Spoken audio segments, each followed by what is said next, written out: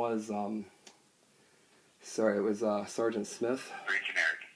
Pretty generic? I said pretty generic. It's Sgt Smith. Oh, yeah, gotcha, sorry. Yeah. Sorry. So we've been trying to report on this for a while.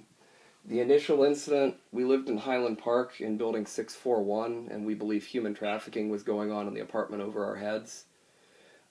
We were being threatened, and so we tried to call for help. I had a dental surgery coming up, and we were very naive. We had just been run out of my girlfriend's parents' home. She had tried to stab me and told me that I was property and that I would live on the street if I wouldn't live under her rules, and that she would keep my girlfriend as hostage. So the police wouldn't help us. We had to go to Highland Park, Skyline Terrace, sorry, as it's now called. And when we first tried to call, Lot and Casto came down. Lot was drunk, and they told us, "You're white, they're black, you're going to die, good luck." When we were moving out on the night of December 26, 2018, I heard gunfire, and I went to my door, and someone ran by. I didn't see them. I've heard rumors about who they were, and they were not a police officer, but I did not see the event. But then 40 officers stormed up the stairs, took the man who had been shot, tied him to a gurney, like something with wheels, and just started picking at him with tweezers, calling him a nigger, threatening to throw him in the river. Then they went upstairs and they beat the woman that was up there. Now, those people didn't ever leave that apartment. 2 people would come to them and beat them and scream at them, and the police had run into them at one point. They threatened to kill the police, and the police just left. Now, since then, my girlfriend's mother tried to kill her when we moved to a new apartment, and when we called the police, nothing would be done about it. Finally, my girlfriend tried to kill herself. Her mom forced her way into the apartment, and then Casto came in, threatened me, took Shane. She was molested at Altman Hospital, and then taken to Heartland. After that, then, when I tried to make reports and things kept getting worse, Casto and Lot picked me up at Job and Family Services. They took me to Crisis Center. All of my paperwork from then on was forged. My doctor in the ER, whose name I have printed somewhere, if you'd like it, I can go dig it up, told me that an officer had paid him to drug me, and when I asked questions about it, he fled. I was allergic to what he gave me, and I have paperwork proving I had extreme heart problems in a hospital halfway across the state where I was literally tortured. I was shown violent pornography. All of the workers only spoke some West African language, and I literally saw people die in that hospital. When I came back and I talked to my Coleman caseworker about it, I got threatened. That was last May. I was released from that hospital, declared to have PTSD. All forms of psychosis were ruled out. Here we are again. My girlfriend is freaking out because she's afraid of her mom. We're trying to leave town over what we saw.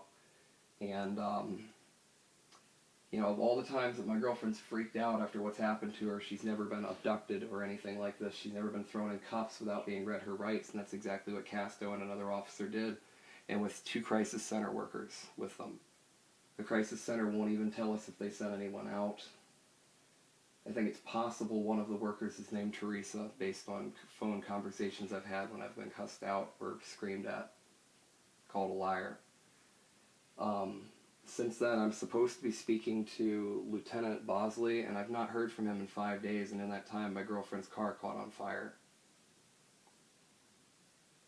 And we're receiving threats from our landlord that we're not allowed to move when I didn't even sign my lease this year because I didn't want to be stuck here with all of this going on.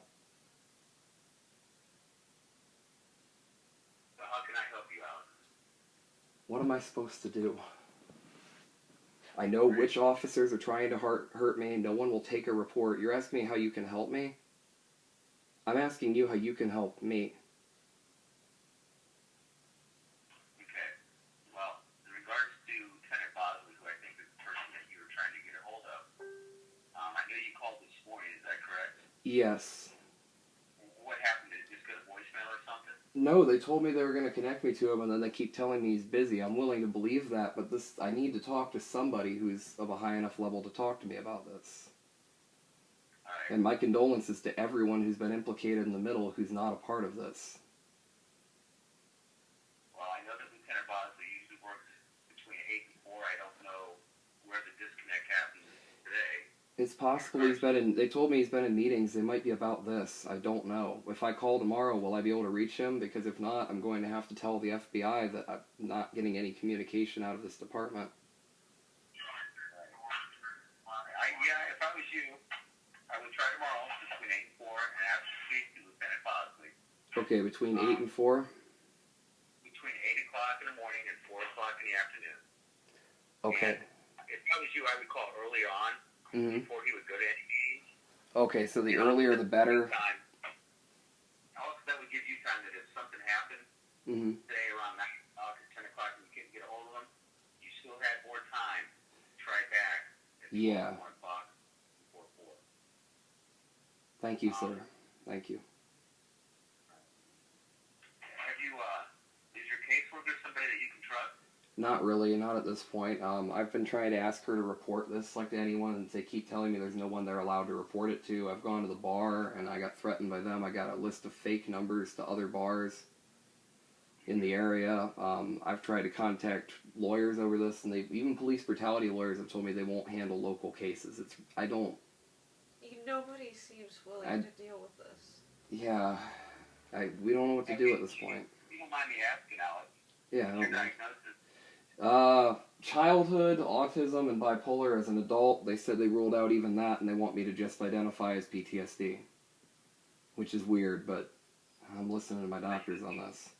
You just have 2 diagnoses then? Pretty much. I mean, when I was a kid, there was like ADHD and stuff, but they've repeatedly ruled out schizophrenia. They say I'm too coherent. Does your girlfriend have any diagnoses? Intermittent explosive and autism. And they think a personality disorder, but they haven't settled on anything. I probably have PTSD too. Okay. And she's right. She probably has post-traumatic at this point because we both have seen this stuff. Okay. All right. Well, that's what I would recommend, Alex. And if you don't get anything done there, then you have to do what you have to do. Right. I just, I have read about this department's history, which obviously it's more than one person's, that's the whole city's history for years. But I've been repeatedly told over the phone from this department that, quote, we don't do that, that doesn't happen here, and, in some cases, apparently it has. Obviously, it can't be everybody. I'm pretty sure I've met Bosley before from when my girlfriend's had her freakouts before, and he was literally one of the most helpful people who I have ever met. So I'm really hoping that is who I'm thinking, and I really do hope I get to talk to Bosley about this. Because when I originally called in about this, I never had names. You know how long it took me to find Casto and Lot's names? Every time these things happened, I got so flustered I wasn't able to write anything down. Shane tried to record Casto, and Casto took the phone out of her hand. You seem pretty calm and collected tonight, Alex, so that's a good thing. I'm really trying. It's very difficult. Partially, I'm just exhausted. I had to run halfway down to my girlfriend on foot because her dad just treats me like I'm nothing, and I don't drive. I'm hoping to... No. Actually, that's the whole thing with the haloperidol. I tried to kill myself with Concertas and Trileptals when I was a kid. So if I have almost any psychological medications, usually I have extreme adverse reactions. I can't say it's literally every medication. I haven't tried literally everything, but I've had horrible, horrible luck with pretty much every class of drug I've experienced. Even when I was a kid, they just eventually stopped trying to medicate me because it's like, oh, let's give him Risperdal.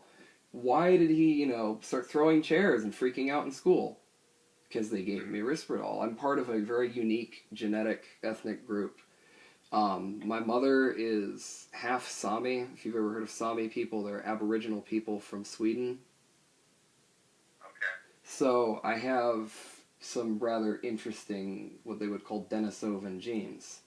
In India, they did a study about people on medication where people that were being given antipsychotics who had schizophrenia, for example, in India, were having psychotic breaks, worse than usual, and they didn't know why, and they figured out all the people who were having these Denisovan traits popping up were not handling the medication. So, and plus, when I got out of the hospital, all they prescribed me was heart medication. They told me it was medication for my mind, and I got out, and my caseworker looked at it, she was like, this is heart medication. And then we went through my paperwork, and it said I had heart arrhythmia and tachycardia, and that explains a lot. It was because they had injected me with haloperidol in one arm, and it was a very high dose, and then they told me that they were giving me Benadryl, and they actually gave me something in the benzo family. When they gave me one Valium before my tooth surgery when I first moved into Highland Park, I kicked a hole in my ceiling. I can't have those drugs. It creates literal medical emergencies that are of risk to my life and risk to the safety of people around me. And my doctor in the ER, I really ought to go and dig up his name. I apologize. If I don't dig it up right now, I'm just going to go and dig it up tomorrow when I do actually try to talk to Bosley. But I have the name of the doctor involved, and he told me that police had ordered him to drug me, and I knew by then that was illegal. I was like, you can't do that. He just ran. And then they shut the door, and then the next thing I knew, I was injected with that, and then I was stuffed in the back of a car and driven to somewhere called OHP in Dayton. And I hurt my hip. It's still been hurt. No one will take a report on that. Like, the hospital wouldn't even report it. I cracked my teeth. When I woke up, I was in 50-degree temperatures with a bunch of people from around the state who didn't know where they were from. A lot of them were crime scene witnesses. Well, I'm on until 6 o'clock in the morning now, so if there's anything else I can do, you feel free to call back. Yeah. And this has been one of the better conversations I've ever had. Like, I'll be honest with you, I recorded it, and I don't think there was anything in here that was bad at all. This is literally a stellar conversation. I'll remember Sgt Smith is a good name, not a bad name, okay? Thanks, Alex. I appreciate that, buddy. Yeah, you've done great. Thank you so much. You've been very helpful, and thank you for listening. Take care, okay? Yeah, one thing before you go. Would you mind saying the date and time real quick? Sure. The date is 5/11/20, and it's approximately 23:08 hours. Thank you so much, Sgt Smith. All right, you have a fantastic night. All right, buddy. Take care. You too.